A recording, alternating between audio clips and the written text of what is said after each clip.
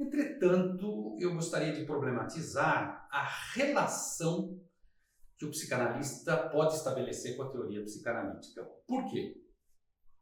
Eu presumo que nessa relação possam se ocultar certos detalhes que lá no final acabam mais atrapalhando do que ajudando. A relação do psicanalista com a teoria é um tema pouco estudado na comunidade psicanalítica. Pressupõe-se que isso já seja dado, que basta estudar psicanálise, ler os textos fundamentais, ler os comentadores, ler com regularidade. Bem, isso é parcialmente verdade, porque de fato, obviamente, existe uma teoria da doutrina psicanalítica e, evidentemente, quem se interessa por psicanalizar, naturalmente, tem que tomar contato com essa teoria. É comum, aliás, é bastante comum, que as pessoas conheçam a teoria psicanalítica, e aí, obviamente, estou falando de Freud, não só Freud, Lacan, Melanie Klein, Winnicott, enfim, vários psicanalistas e comentadores que escrevem, que fazem vídeos, que fazem podcasts atualmente, que são entrevistados, muitos deles estão na mídia e acabam citando trechos, acabam citando conceitos, acabam citando noções, ou mesmo, vamos dizer assim, em projetos de formação, ou seja, de pós-graduação, por exemplo, em cursos de especialização, ou mesmo em cursos de formação, naturalmente a pessoa tem contato com a teoria psicanalítica. O que eu gostaria de pensar com aquele que me assiste é o seguinte: a nossa relação com a teoria é uma relação também calcada, evidentemente, por fatores inconscientes de cada um de nós. Ou seja, nós podemos relacionar com qualquer coisa a partir da nossa dimensão inconsciente, ou mais tecnicamente falando, a partir da nossa falta, a partir do nosso desejo, como diriam os lacanianos, mas eu gostaria de ficar num patamar um pouco mais básico, que é como se insere na nossa cultura, especialmente na cultura brasileira, a relação que as pessoas podem ter com diversas teorias. Se voltarmos, por exemplo, ao ensino fundamental, ao ensino básico, no qual as pessoas, crianças, adolescentes, têm contato com matemática, biologia, química, física, língua portuguesa, língua inglesa, etc., é bastante comum as pessoas perceberem certas dificuldades ou facilidades, gostar mais de uma disciplina ou de outra. E quase sempre, vamos dizer assim, as pessoas, por exemplo, da família dizem: olha, ele é muito inteligente, ele aprende rapidamente, ele não tem memória, ele não consegue guardar, ele lê e esquece.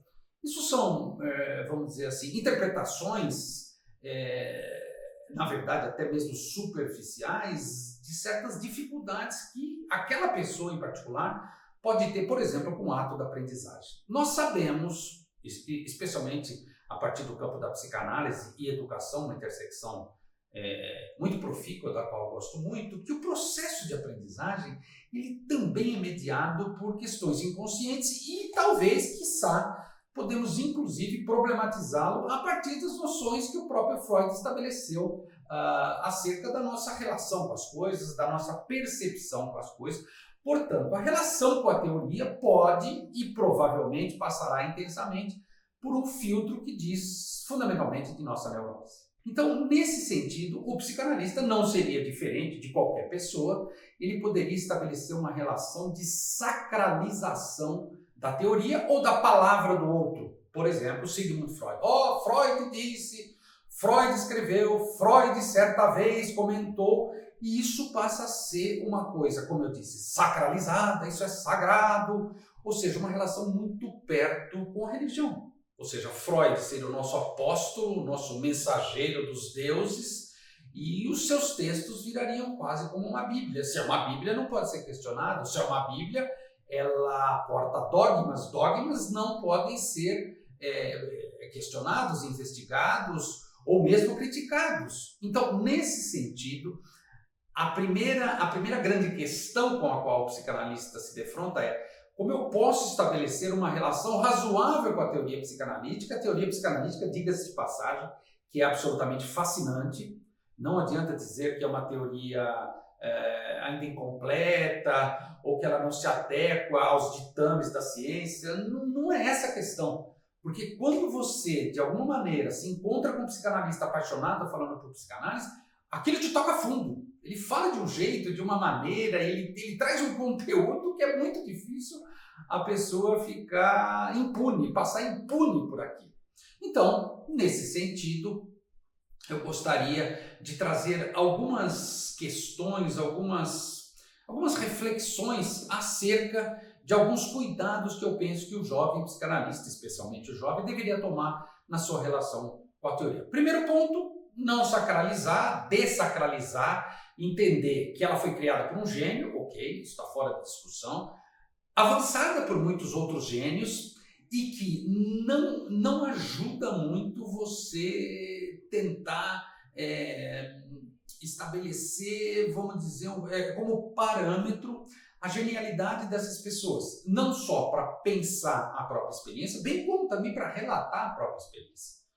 Então, quando a gente toma Sigmund Freud como exemplo, o sujeito, a produção escrita desse sujeito foi impressionante, em, 60 anos. Ou seja, impressionante o que Freud escreveu, além das cartas. Ele escreveu uma quantidade maior que os livros em cartas para as pessoas dos mais variados países. Então, se você já inicia na psicanálise se comparando, por exemplo, a Freud, você sempre vai estar aquém. Ou seja, a sua relação com a teoria passa a ser complicada porque ela passa a ser uma relação superegóica, uma relação idealizada.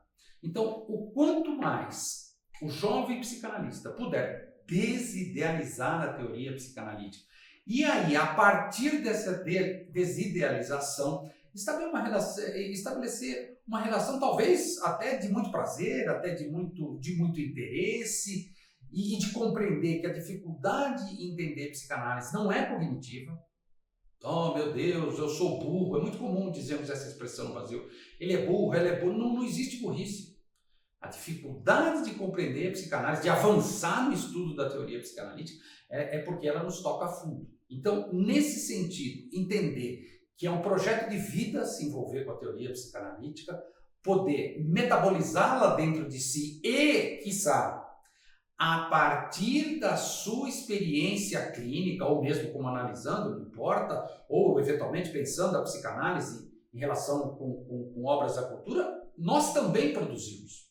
Nós também falamos, nós também escrevemos, desde coisas pequenas, desde coisas mais modestas, até eventualmente coisas mais complexas, ter uma relação mais adulta com a teoria psicanalítica. Por que isso é necessário? Porque a própria teoria psicanalítica necessita disso para crescer e principalmente necessita disso para avançar. Então, nós não precisamos de repetidores, nós precisamos de autores. Então, se nós imaginarmos o modelo de formação oficial de educação no Brasil, por exemplo, o sujeito é ensinado a repetir uma teoria. Por exemplo, no ensino superior, sempre que ele vai escrever, por exemplo, um trabalho de conclusão de curso, ou uma dissertação de mestrado, ou mesmo uma tese de doutorado, ele é cobrado. Em que você está se referenciando? Quem são os autores? Quantos autores você pesquisou? Claro, isso tudo é muito importante, naturalmente. É importante, de fato, termos acesso, termos contato com muitos autores, ok. Mas é a sua fala, a sua palavra, a sua contribuição para o campo.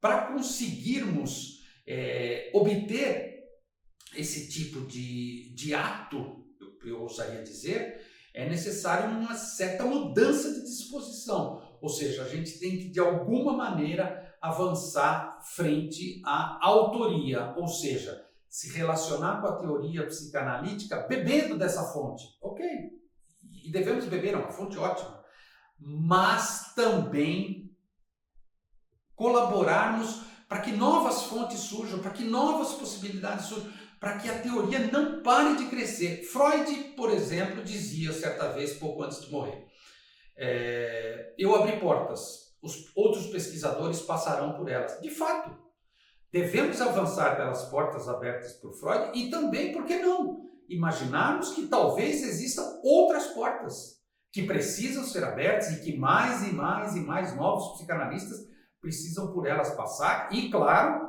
passar e registrar. e dizer do que está acontecendo, e dizer do que está pensando, e dizer do que eventualmente possa teorizar de uma maneira mais profunda, mais aprimorada principalmente. Ou seja, precisamos cuidar com carinho da nossa relação com a teoria.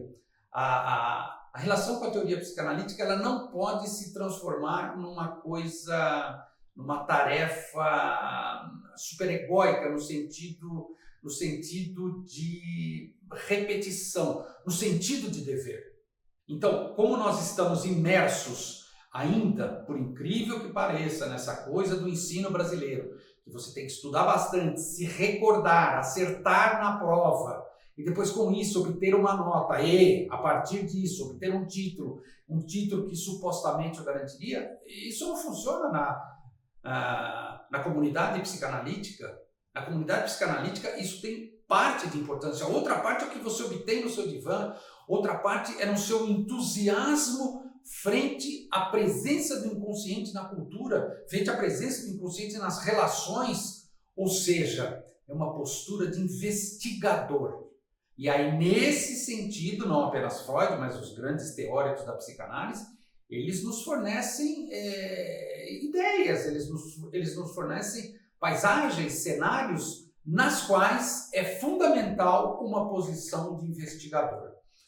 Ou seja, a nossa relação com a teoria tem que passar pela cabeça, intelectualmente, até cognitivamente, mas é fundamental que ela passe pelo coração.